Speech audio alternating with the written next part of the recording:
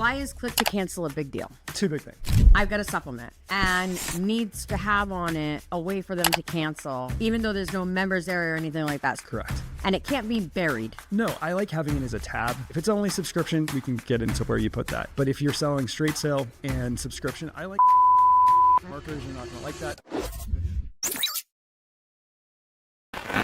Your click to cancel anytime offer could get you sued by the FTC. That's because in just a few days, the FTC's new rule, click to cancel, comes into effect. That's going to happen on July 14th. First off, what the hell is click to cancel? And what does it mean for your subscription model business? Today, Ryan and I are diving into one of the biggest changes to hit subscription marketing in years, the FTC's new click to cancel rule. This regulation forces businesses to make cancellation as easy as signing up, or else you will face a steep fine. Ryan and I are breaking down what this means for your funnels, your checkout flow, and how to avoid turning customer retention into legal exposure. If you're running a membership, continuity, or auto ship model, this episode is non-negotiable. I love this topic. I know you do. I hate this topic. This topic crushes my profit margins. That's the only thing I care about. But it is important because it's been coming for a long time. Clicker file. Very long time. Very long time. And so the first thing I want to ask you, why is click to cancel a big deal? Two big things. You need an online mechanism of cancellation. Okay. So if you are enrolling people online, you need an online method of cancellation. If you're doing business in California, you should have been doing this for a very long time. And we're forcing people to call in. The second big thing, and I would say the absolute biggest thing, is it's a trade regulation rule, which means there's civil penalty liability. And if you misrepresent any characteristic of your product that is sold on subscription, that gives rise to liability under this rule. It also heightens the consent requirements and things like that. But the two really biggest things are the click to cancel portion, which is why the rule is described that way, and then the material mischaracterization of the product. So, hey, my product does X, Y, and Z, and it doesn't. That's now another, little hook for the FTC to come and get civil penalties. Good times. So what are the legal requirements exactly? And what are the gray areas people can live in? I'm going to ask that. Yep. How do I get right up to the line? So black letter law first. Okay. You need to clearly and conspicuously disclose all material terms of the offer. Nothing new there. Okay. Those terms need to be unavoidable. Yep. Which means you absolutely cannot miss them. Yep. They also need to be disclosed in... So not buried in your TNCs. Not buried in your TNCs at the bottom of the page. They also need to appear immediately adjacent to the consent mechanism. And so the consent mechanism is basically whatever you're using to get the consumer to agree that they're agreeing to a subscription. And the reason that's important is because a lot of people would bury these things in different parts of the web page. And so the top of the page might say one thing and then the description is disclosed down below, but you're getting consent up top. That no longer can you do. Well, you shouldn't have been doing that in the first place, but really can't do that anymore. And the reason this really the time though. But really, we've been saying this. You and I have been saying this for a very long time. But really time. Really, because the FTC's already come out and they delayed enforcement again. And finally, July 14th, the FTC says, we're done. Yep. You guys have had way too much time to figure out how to figure this out. We're sick of old ladies calling pissed off that you've taken their Social Security checks. Exactly. We're coming for you. Exactly. Okay, so how do I get right up to the line? I think so much of this is now going to be binary. It's you comply or you don't. You can split test. You can try different things. But if the consumer doesn't know that they're enrolling in a subscription or a membership program or subscribe and save, that's a problem. The FTC has come out in every single way and said, this is unlawful. You must disclose the terms. And it's all material terms. So it's the price. It's the frequency. It's the fact that if you're giving an incentive on the first offer or the first subscribe and save offer, you need to disclose not only that any sort of discount is applicable only to the first order, but what's the rebill price? It's all this needs to be disclosed. You can't miss it. You don't have to use a checkbox, but there isn't going to be a lot of discussion with the FTC anymore. I mean, sure, you're going to run a consumer survey of what is the consumer, did they know they were running a subscription? Well, that's almost never. Well, yeah, but that's how we would usually do it. But at the same time, the FTC is going to say, this is the button you're using to get consent. This stuff isn't appearing anywhere near there. Yeah. So what gives? So I like this topic, but I'm afraid it's going to be much more binary. It's going to be kind of black and white, split test away, guys, but you really need to done with the days of trying to make this. This is a really big deal. And so Perry Belcher and I'm on another podcast for people who don't know called Trainwreck with Perry Belcher. And we're actually going to be filming an episode next week about how to compliantly do this. And so he's been doing it compliantly for years and years and years. mainly because he doesn't like the idea of people feeling tricked by him, because his entire reputation, and he's in a different space, right? He's not in the supplement space, but he's been doing it for years and years and years. And so we're going to be talking about that. But I will say Apple is, I'm going to sidetrack you a little bit. Have you ever seen an Apple Pay? Apple Pay's compliance is if I'm going to rebill you and they use Apple Pay, it literally says when they go to do the, you know what I'm talking about? Look, click, so that your face allows it to go. It literally says right there, you can see it. Build every 14 days, build every 13 days, build again in 28 days. And so a lot of the Apple compliance is very easy to understand and read. This is just a side note from operationally. If you go and read the compliance for Apple Pay and you do that, you're probably going to be just fine. But there's going to be some marketing fairy dust that you're going to need to do there by making your products more advantageous to rebuy and rebuy and rebuy. Yeah, and don't forget, when we were talking about disclosing all these material terms, no hyperlinks. Like, it's very clear that you can't bury this stuff in a hyperlink somewhere. Right. So even if you're putting it right next to whatever you're using to get consent to this, hyperlinks aren't going to work. What's up? We interrupt this podcast to remind you to like and subscribe so that you can always be in the know of when Ryan and I drop a new episode of Marketing on Trial. Also, sign up at www.specialopspodcast.com for our Visionary Vault and get all of our freebies. I want to talk about the second half and the last bit of this. Now I've agreed. I know that I've agreed. I get your product and I want to cancel.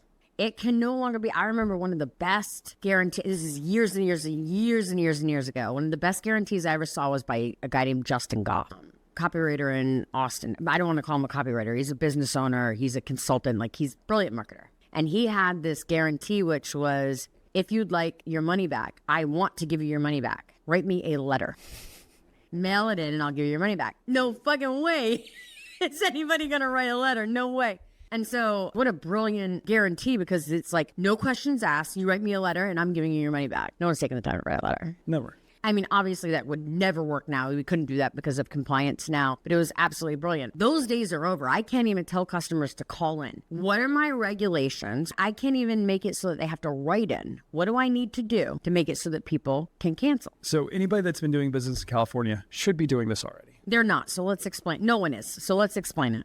So you need a very prominent link on your website somewhere where the consumer goes, clicks on it. It's going to load to basically a preloaded form. The consumer is going to enter their email address or whatever you need to do to find the account. And by submitting that form, they're done. That is all that they have to do. Hence the click to cancel moniker. It's you click on this button, you submit your cancellation request. So I have my regular website. So if they look me up, let's say they want to return my book, shameless plug, my book, Scope, an operational framework. So I have Scope. Readscope.co is my website for those of you who want my book.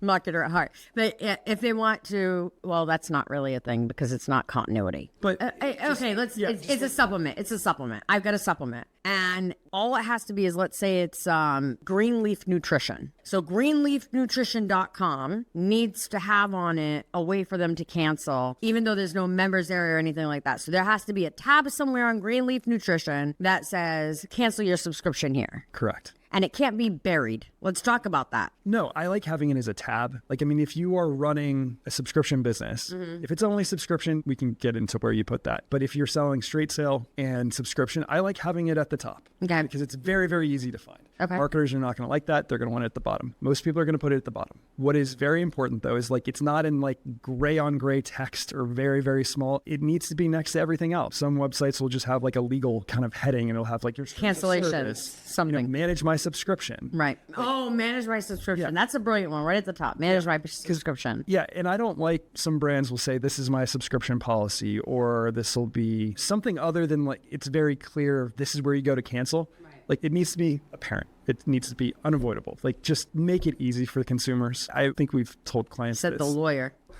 I'm just saying. But yeah, you've told clients this multiple times because the fines are going to be real. Well, the fines are going to be real. You also don't want people on subscription that don't want to be on there, like Perry was saying, right? Like, it's your name, it's your brand at stake. So you start losing integrity with consumers. Class action liability, it's just, with the FTC now coming in and having civil penalty authority, it is way too much risk to just not comply. Right. I tell people all the time, treat it like your customers are absolutely stupid. Oh, truly. Like, they are stupid. Just because it says an email, a follow-up email. So the compliance rules are you get an email 2 days before the very first billing. I'm a huge advocate for 2 days before every billing. Every single, and then click here to manage. The cost involved in sending people things that they don't want that they're going to refund is astronomical. I'm from a profitability standpoint, not from a marketing standpoint. Every marketer ever has argued with me, but When they needed chargebacks and the cost of the goods, most people keep them.